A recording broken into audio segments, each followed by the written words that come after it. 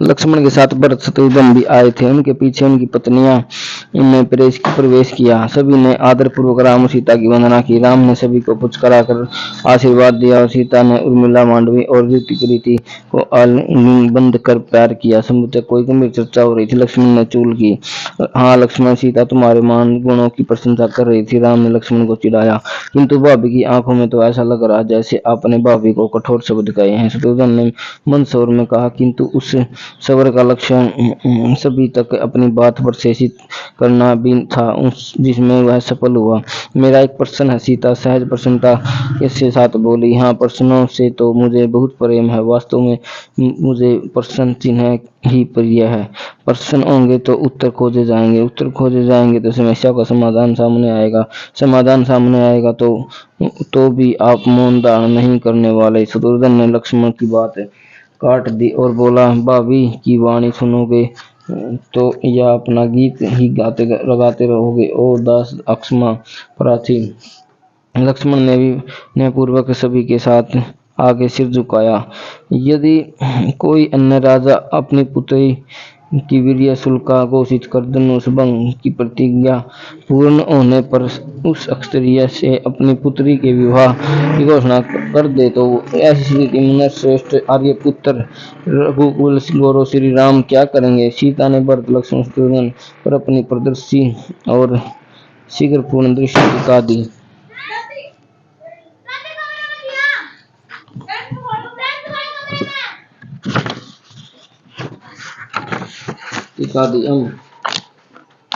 भाई एकनिष्ठ पत्नी व्रतधारी।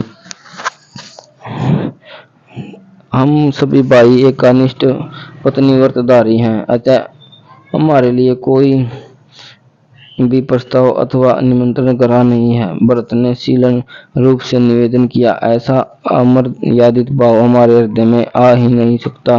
भरत भाई लक्ष्मण ने पुकारा, कहो लक्ष्मण, आप ये कभी अपनी इस गंभीरता और मर्यादा का त्याग करेंगे। एक तो आप सदा मौन धारण किए रहते हैं और फिर यदा कदा ये मौनी बाबा कुछ बोलेंगे तो वह उपदेश का रूप लिया होता है। कभी ऐसे पूर्ण उत्तर भी दिया करते हैं। भरत भाई, इस गंभीर प्रश्न का उत्तर आश्चर्यपूर्ण कैसे हो सकता है। भरत सहज गंभीरता के साथ बोले, गंभीर प्रश्नों के उत्तर ही गंभीर गहरे होते हैं। तुम इस प्रश्न का उत्तर कैसा उत्तर दोगे। इसका पहला सीधा और सरल उत्तर क्यों है, क्योंकि हम एक पत्नी व्रतधारी हैं, इसलिए इस प्रतियोगिता में सम्मिलित होने हेतु हम स्वयं को अयोग्य पा रहे हैं। किंतु चिंता का विषय कोई विषय नहीं है। हमारे पिता महाराज दशरथ ने कोई प्रतिज्ञा नहीं की है।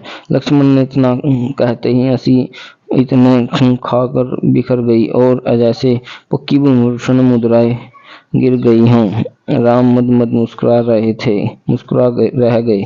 और दूसरा उत्तर क्या हो सकता है। मांडवी की हंसी रुक ही नहीं रही थी। दूसरा उत्तर यह है कि अब शिव धनुष जैसा प्रभावशाली और असाध्य धनुष तो बचा ही नहीं। क्यों, इसलिए जब हमें प्रतियोगिता का निमंत्रण आएगा तो हम पीछे पीछे यह समाचार भी दौड़ाएगा कि अयोध्या के राजकुमार पधारने का कष्ट न करें, क्योंकि काम की व्याकुलता के मारे अनेक राजा मिलकर वह धनुष तोड़ चुके हैं। अब हमारे लिए यह संकट खड़ा हो गया है कि हम अपनी एकमात्र पुत्री किसे दें। महाराज जनक की प्रतिज्ञा का अनुकरण कर हम संकट में फंस गए हैं। हमें लेने के देने पड़ गए हैं।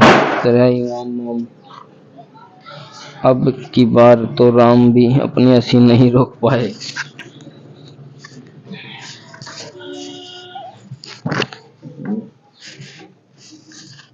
हंसी थमी तो उर्मिला बोली, हम सभी एक विशेष भाव से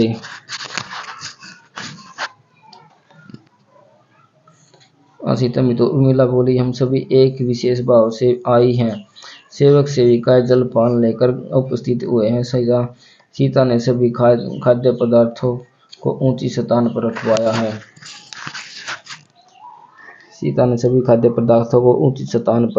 रखवाया है। उन्हें परोसा। शेष बहनों ने जलपान परोसन में सीता का सहयोग किया। सीता के संकेत मात्र से कुशल सेवक सेविकाएं आवश्यक सहयोग कर सेवा चल गए।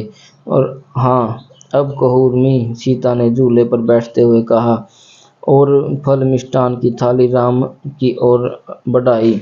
कुछ समय पश्चात हमारे विवाह को पूरा 1 वर्ष हो जाएगा। उर्मिला बोली। 1 वर्ष?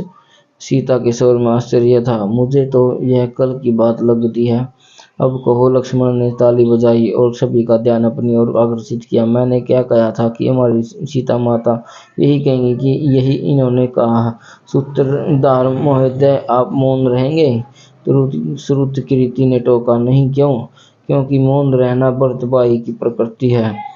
पुनः हंसी गूंज उठी। लक्ष्मण, जब तक उर्मिला अपनी बात पूरी नहीं कर लेती तब तक तुम मौन रहोगे। सीता के स्वर में आदेश था, किंतु उनकी हंसी रुक नहीं रही थी। जो आज्ञा। लक्ष्मण ने अपने मुंह पर उंगली रख ली। अब हम सभी एक इस उपलक्ष्य में दिन दिवस वन विहार का कार्यक्रम रखना चाह रहे हैं। प्रकृति की गोद में नौका विहार इत्यादि आयोजनों के साथ हम यह उत्सव मनाना चाहती हैं। इस संबंध में आपकी इच्छा और अनुमति हमारे लिए उपेक्षित है। उर्मी, तुम सब ने तो मेरे मन की बात प्रकट कर दी। सीता ने राम की ओर देखा और आर्यपुत्र स्वीकृति में राम मुस्कुरा दिए। भरत शत्रुघ्न राम बोले। पश्चिमी अक्षेत्र से कृषिक प्रतिनिधियों की प्रार्थना पर तुमने विचार किया? आर्यपुत्र, आप राज की चर्चा करें, हम कक्ष में जा रही हैं। सीता झूले से उठी और उसके साथ ही उर्मिला, मांडवी और श्रुतकीर्ति भी अपने स्थान से उठी। आज देवियां कक्ष में जाएं और हम भाइयों को एकांत मिले, इसलिए तो श्री राम ने यह चर्चा आरंभ की है। लक्ष्मण बोला। लक्ष्मण। सीता ने मुस्कुराकर लक्ष्मण की ओर देखा। उर्मी की बात पूरी होने के पश्चात ही मैंने अपना मौन भंग किया है। लक्ष्मण ने अपनी सफाई दी। ठीक है, अक्षमा किया। उर्मिला ने लक्ष्मण को जैसे चिढ़ाया। सभी बहनों ने कक्ष की और प्रस्थान किया। कृषकों का कहना कि अब की बार फसल विकारग्रस्त होने के कारण अच्छी नहीं हो पाई। ऐसी स्थिति में यदि राज्य को और से उन पर कम कर लगाया जाए तो आभारी होंगे। शत्रुघ्न ने बताया। गुरुकुलों की ओर से जो सहायता मांगी थी उसे आपके निर्देशानुसार पूरा कर दिया गया है। कृषकों की स्थिति के संबंध में तुम दोनों का क्या मत है? शोध की बात ज्ञात हुआ कि फसल किसी नई प्रजाति के कीट द्वारा नष्ट हुई है। भू शास्त्रियों ने उसका उपचार भी खोज लिया है। संभवतः आगामी वर्ष से उस क्षेत्र में फसल बहुत अच्छी होगी। स्थिति का उचित मूल्यांकन कर कृषकों को कर में विशेष छूट प्रदान करो। भरत राम ने आदेश दिया। भरत ने सिर झुकाया। भाई शत्रुघ्न बोले। विभिन्न देशों के मंत्रियों के एक सम्मेलन में राज्य द्वारा कर प्राप्त करने के संबंध में चर्चा हो रही है।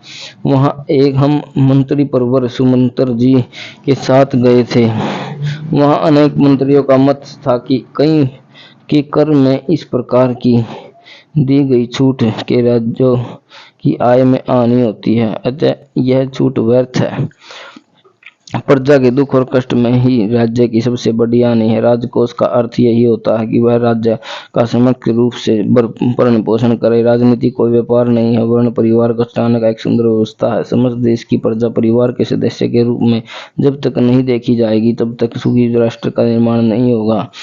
राम बोले। राजा को प्रजा के उससे उसी प्रकार कर लेना चाहिए जैसे मधुमक्खी अथवा भ्रमर पुष्प का रसपान करता है, किंतु उसके रसपान करने से पुष्प को कोई कष्ट और अभाव नहीं होता, वह आनंदित भी होता है। मधुमक्खी का द्वारा रसपान के पश्चात पुष्प का सौंदर्य और बढ़ जाता है। और आप चाह रहे हैं महाराज दशरथ के पुत्र, किंतु प्रजा आपको ही अपना पिता मानती हैं। शत्रुघ्न बोला। आपकी आज्ञा का पालन होगा। प्रसन्न रहो और सदा प्रजा के हित संपादन में तत्पर और सजग रहो।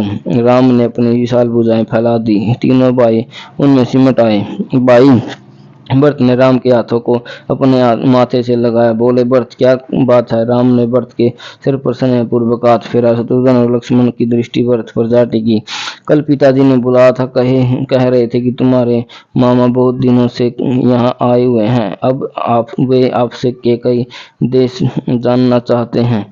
मामा भी वही वहीं थे। वे बोले, महाराज, भरत के साथ लेकर जाऊंगा। पिताजी हंस दिए और बोले, मुझे ज्ञात था तुम यही कहोगे। तुमने इतने दिन यह बात कहने में इतना दरिया क्यों रखा?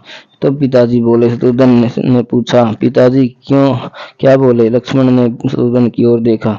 ओ मामा, क्या बोले? शत्रुघ्न को अपनी भूल पता लगी। उन्होंने अपने अति सुंदर उत्तर दिया। वे बोले, महाराज, जीवन में बहुत सी बातें स्वाभाविक रूप से समझी जाती हैं।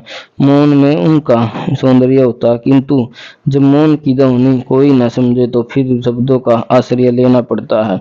सुंदर तो यह होता कि आप यह कहते कि